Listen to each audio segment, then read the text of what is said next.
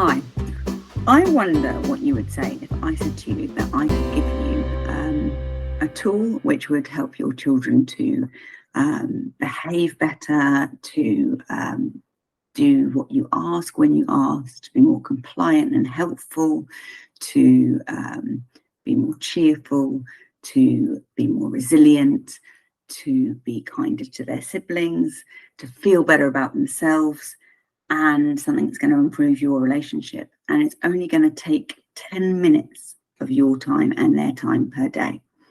And it's completely free. What would you say? I'm betting most of you would say, yes, please, that sounds really, really great. And here's the brilliant news. I have that tool for you right now. So what I'm going to tell you about is something called Special Time. Now, this is something that lots of parents actually resist. And there's a number of reasons for that. One is it almost feels too simple. Two, it's short. And because it's short, it feels like something that we can kind of easily do later, and then we never do. So my challenge to you is to really take this seriously, because it can transform your relationship with your child. So I'm going to start with why it's important. I've talked the other day about the cycle of disconnection and the cycle of connection. So I'm just going to bring that up for you now. Okay, so hopefully you can see this cycle of disconnection. So this is what I often hear from parents, that parents don't have or can't make the time to connect with their kids. They don't have the time to do it. As a result of that, the kids act out to get the connection. This is a survival instinct. If our kids aren't connected to us, if they don't feel like we care about them enough to save them, then they're at risk of death. So it's actually a survival instinct for them to ensure that connection is there. And they will do that in any means possible. So if we're not picking up on the positive types of connection, then it will be negative. And that is where you see your children acting out their need for connection with you. Parents then become frustrated, and that further increases the disconnection. And then we end up spending all our time firefighting. And then, of course, we don't have time to make for that connection. Alternatively, it can go like this. So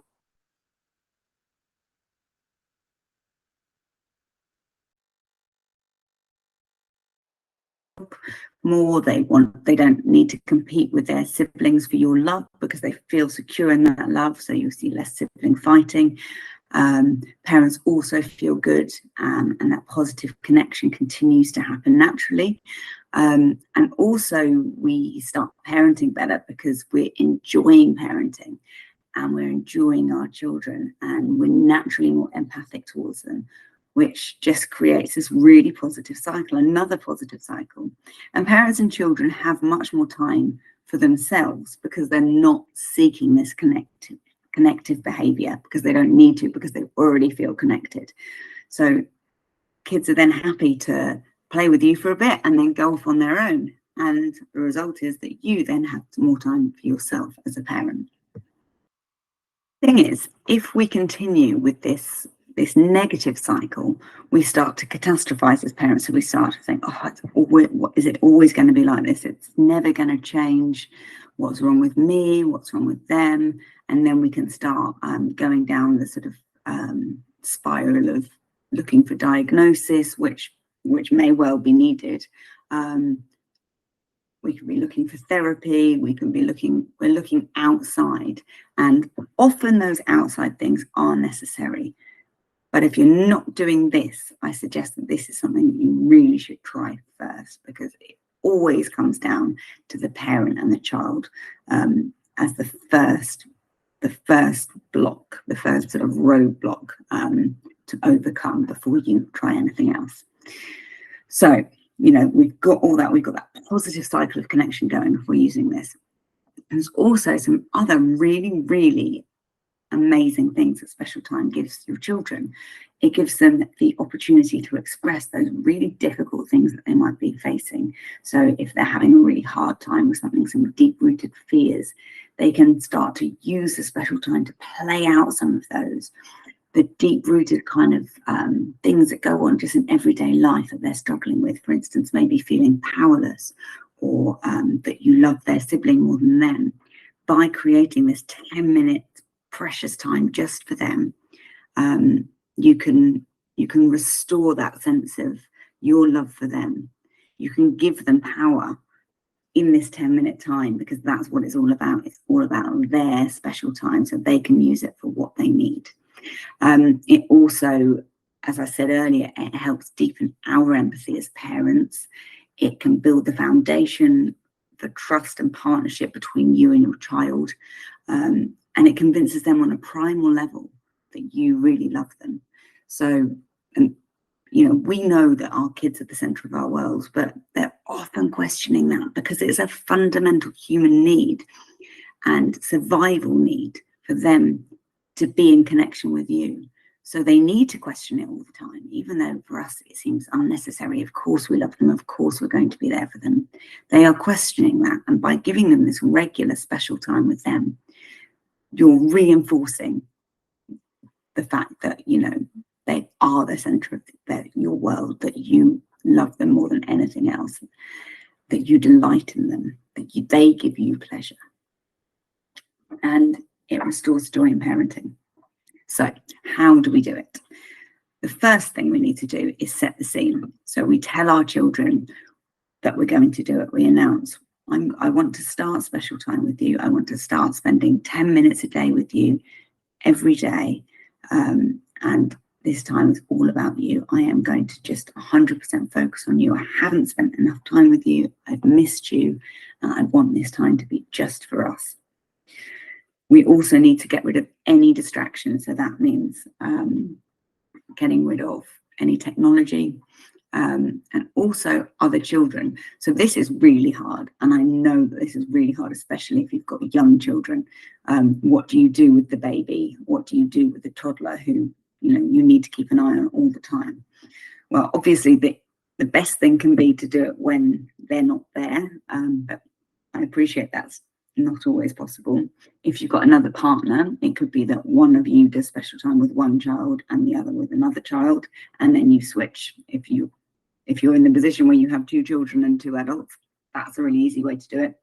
You could also do things like having a busy box, which only comes out when you're doing special time with the older child, and the younger child or children get a special box that they get to play with only for that period of time that you're doing special time. So they look forward to it. It's interesting, it's new, it's exciting, and it only comes out for this period of time, so it feels special to both of them. If your child's slightly older, you could try audiobooks. And what's a really nice way of doing that is to give them headphones and a pen and paper, and have them kind of draw out what's happening. That's really good for their brain development as well. So it's a kind of win-win. And then you can switch it. You can also use TV, nap times. There's lots of different options. But although I don't generally sort of recommend using TV for your kids, I think this is a time when actually it can be really helpful, because the other child is not likely to get involved, and then you can switch it, and the other one can watch TV while you're doing it with the other child, etc. And that can work for however many kids you have. So there's options there for what you can do, but I appreciate that's hard, and that's one of the big stumbling blocks with doing special time, particularly when there's young kids.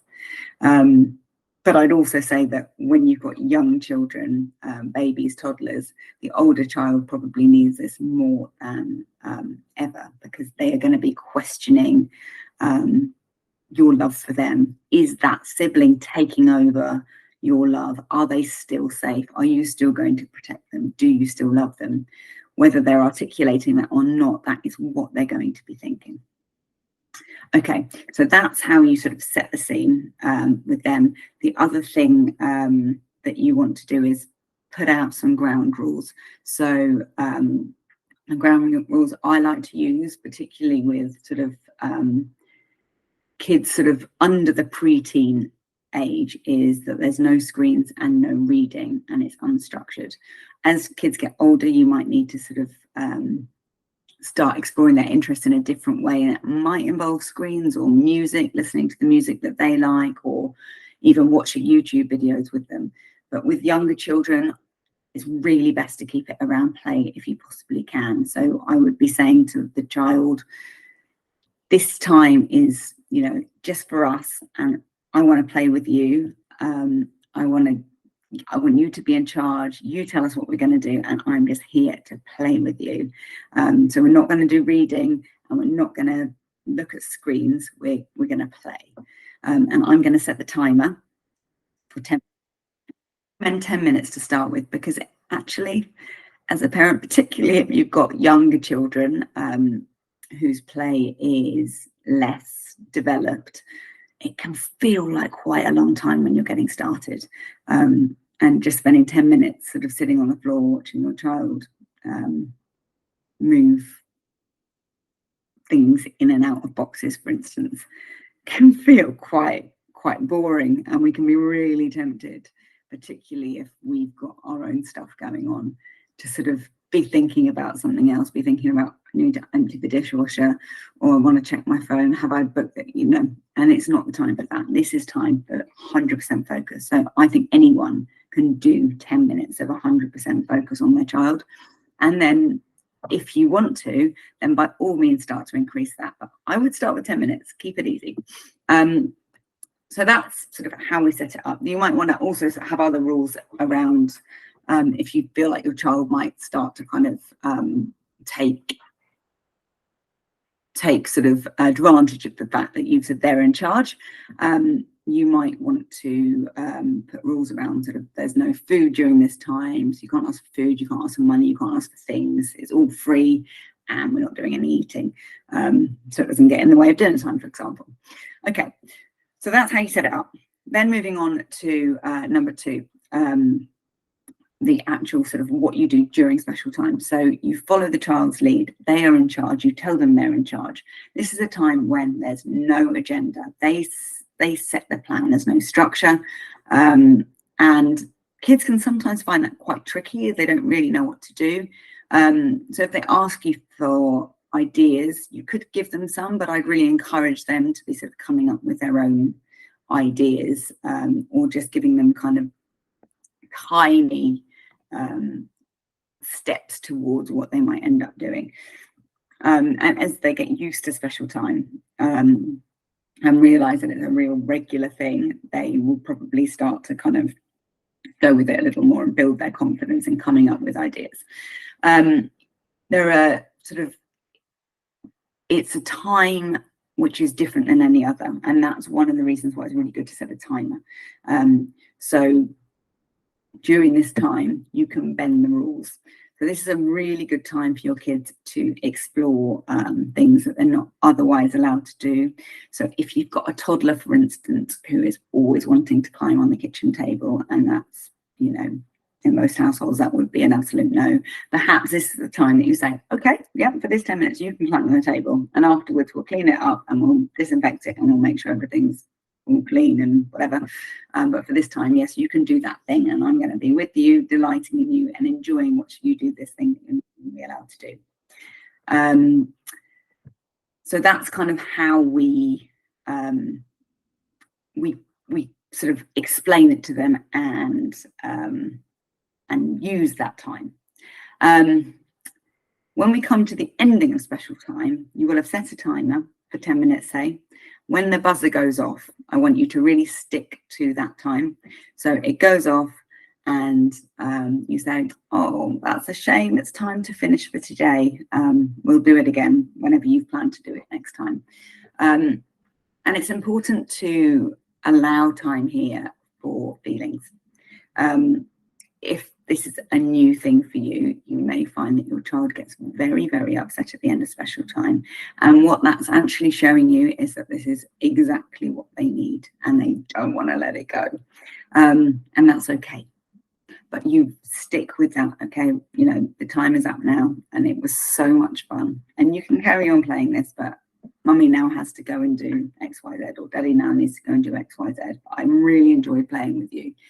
And allow them to have their feelings and be with them during those feelings. So if you're starting special time, set it for 10 minutes, but allow 20 minutes, so that you're not feeling stressed out that actually there's now 10 minutes of crying afterwards. And what will happen is, as you're empathic with those feelings, your child will start to process them, will start to really see that you're there for them and that you understand them. And after that period of crying, they're actually going to feel even more connected to you than they did just through the play. So it's really, really helpful and a really powerful time if you can bear to sit with those feelings. And as I said, this is likely to happen more at the beginning. Once they realise that they can rely on special time as a regular thing, it is likely to sort of decrease each time, and that's kind of a sign that they're processing what's going on for them. It's also likely to be less if you're able to allow longer time, but it is important that you stop it when you say you're going to stop it. You keep that boundary, because those tears may well need to be released, and also you don't want to be giving in to that tantrum as such. You don't want to be sort of saying, oh, okay, well, as you're so sad, let's carry on for a little bit. You want to show that you're comfortable with the feelings, that their feelings are safe, and that you're there with them, and also that they can't have a tantrum or get cross or get sad and cry to get the thing that they want, because that's not what we ever want to teach them. We're not doing permissive parenting here, we're doing peaceful parenting. So just to recap, just 10 minutes a day. You can alternate with the other parent if that works, or you can set your other children up with other activities, or do it when they're napping or not around. And that is going to improve your relationship with your children. It's going to improve your child's sense of safety and security in the home, in their relationship with you. It's going to make them more resilient. It's going to make them feel better about themselves. It's going to improve their confidence. It's going to address any sibling rivalry that you might have, because they know that they can rely on this time with you, and you're showing them that you love them and you delight in them. It's going to address anything that's bubbling under the surface, any emotions that need to be processed that they may not be telling you about, and may not be able to express verbally. It's an opportunity to kind of work through some of those things, and it's in the child's language, which is play, which is just what's so wonderful about it. And it's going to restore your joy in parenting. So I really hope this was helpful. If you would like to get a copy of the cycles of connection and disconnection, and also some sort of pointers for how to do special time in your home, let me know and I will get them to you. Take care. This is Lauren from Positive Parenting.